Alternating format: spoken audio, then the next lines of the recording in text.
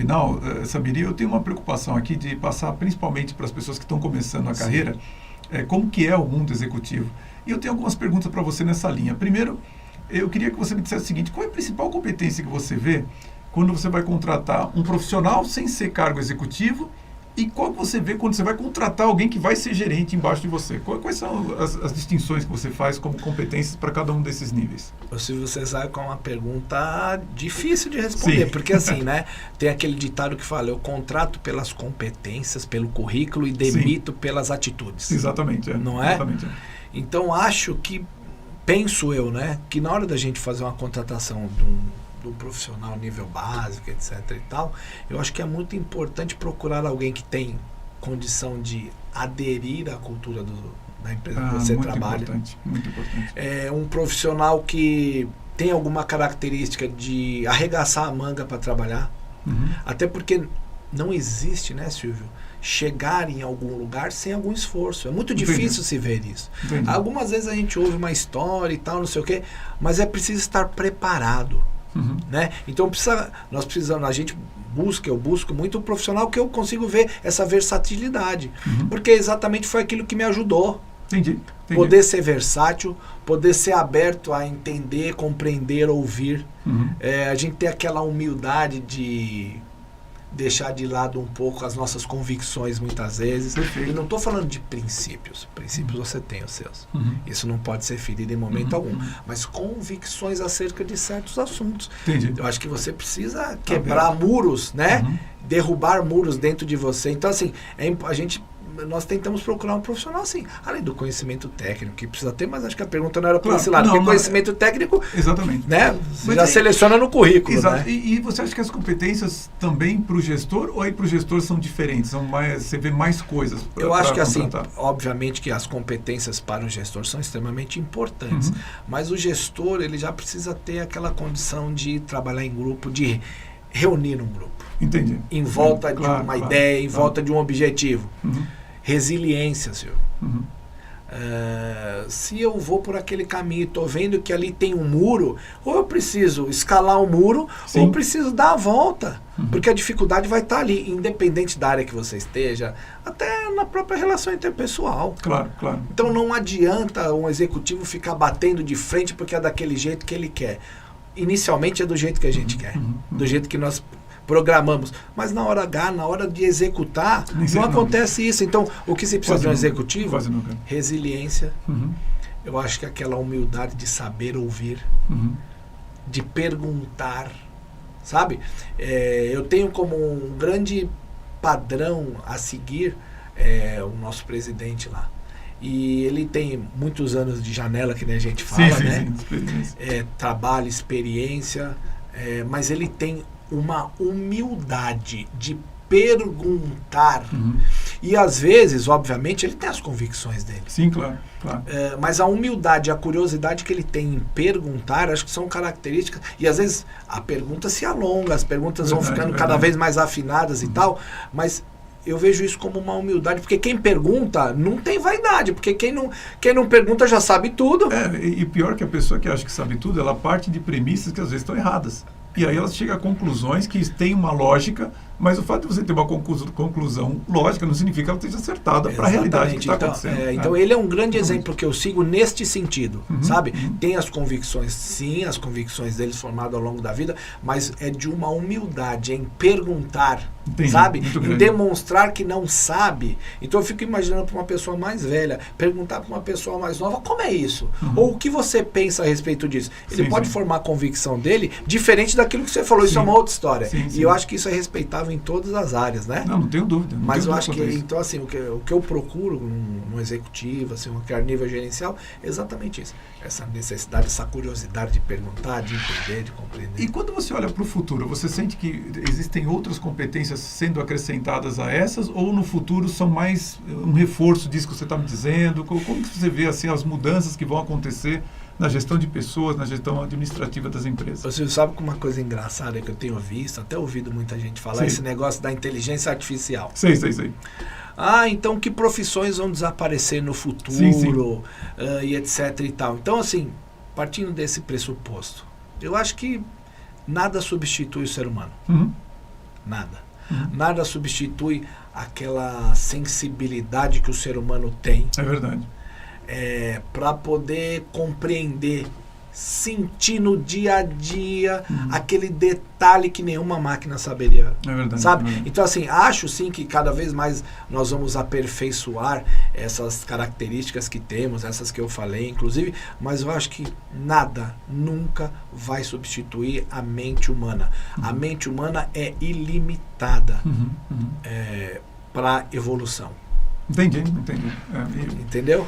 É verdade, a máquina realmente sempre vai seguir um algoritmo, inclusive o algoritmo de evolução dela. Ela é exatamente, feito por algum humano. O que mais me preocupa nisso tudo, quando eu falo de inteligência, quando se fala de inteligência artificial, é a base de dados.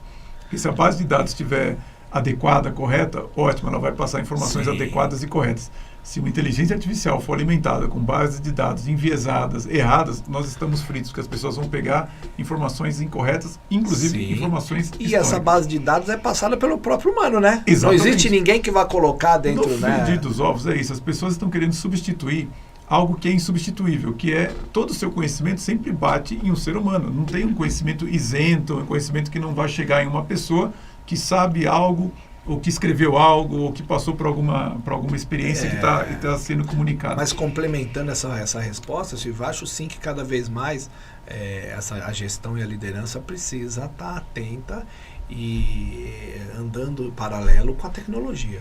Sim, né? e saber no usá-la. futuro isso cada vez é mais importante, né? Sim, sem dúvida. Aqui eu não estou querendo fazer uma visão de que a tecnologia demonizando, né? É ruim. Muito isso. pelo contrário, eu acho que ela vai exigir, inclusive, mais inteligência das pessoas para poder usar a tecnologia. O que me preocupa é isso, é a pessoa abrir mão da sua inteligência para pegar a resposta do computador achando que aquilo é o certo. É aí que é o grande Eu acho que isso tem muito a ver, né, Silvio, com o poder que a gente tem de análise. Exato. Eu posso ter uma bandeira para um lado ou uma bandeira para o outro, mas para que eu possa decidir que caminho eu vou trilhar, eu preciso analisar os dois lados e decidir. Exatamente. E as ter opiniões. Na minha opinião, um genuíno interesse pela descoberta da verdade. Quer dizer, mas qual que é a verdade nisso aqui? Entende? Para que você possa, se você descobrir que você não está indo para o caminho verdadeiro, muda de rota e vai para onde você precisa ir. No direito a gente tem muito disso, né, Silvio? Sim. Doutrinas diferentes a respeito de mesmos assuntos. Olha, e você segue por caminhos... Voltando lá para o começo da nossa entrevista, quando eu estava na bancada lá do júri, Sim. Você saber o que aconteceu, qual era a verdade daquilo, era uma responsabilidade tremenda.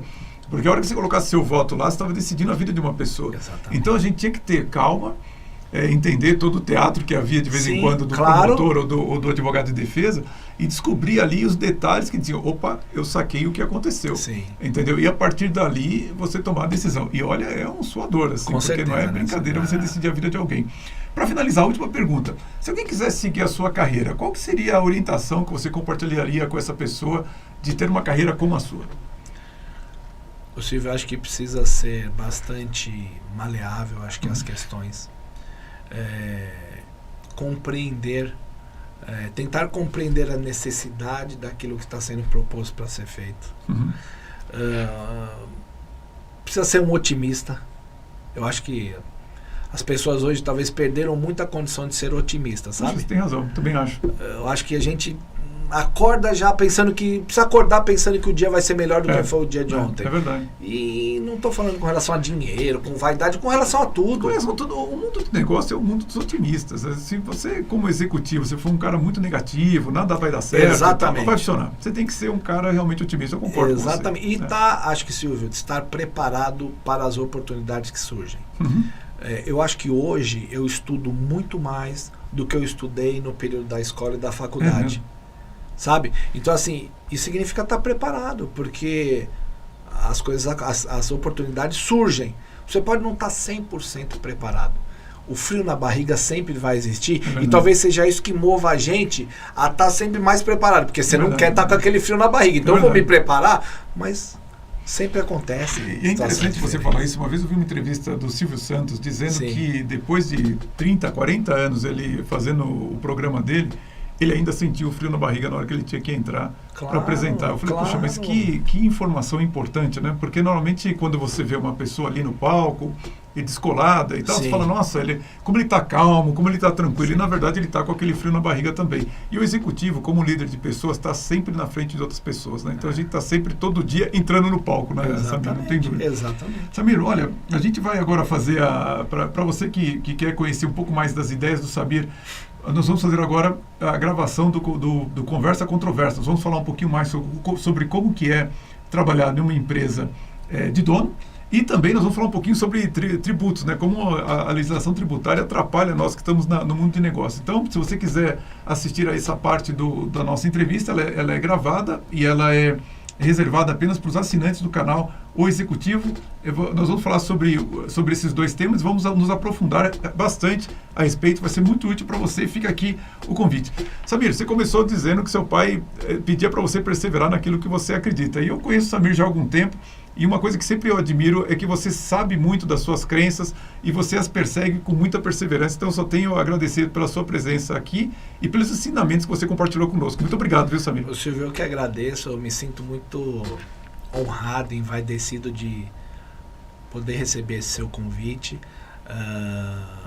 Assim, um momento, para mim, único, de verdade. Eu espero poder colaborar com o seu público. Com certeza. Somar mais um pontinho aí nessa casinha que você está construindo também, te parabenizar pela ideia de ter esse podcast. Eu acho que é muito importante, acho que ajuda todo mundo. Informação nunca é informação correta, verdadeira, Sim. Acho que nunca é pouco, né? É verdade. Então, assim, muito obrigado. Eu que agradeço de coração poder Samir. estar aqui com você, contribuindo. Obrigado. Espero no futuro recebê-lo também com mais orientações e também com mais experiência. Muito obrigado mesmo. Eu que agradeço.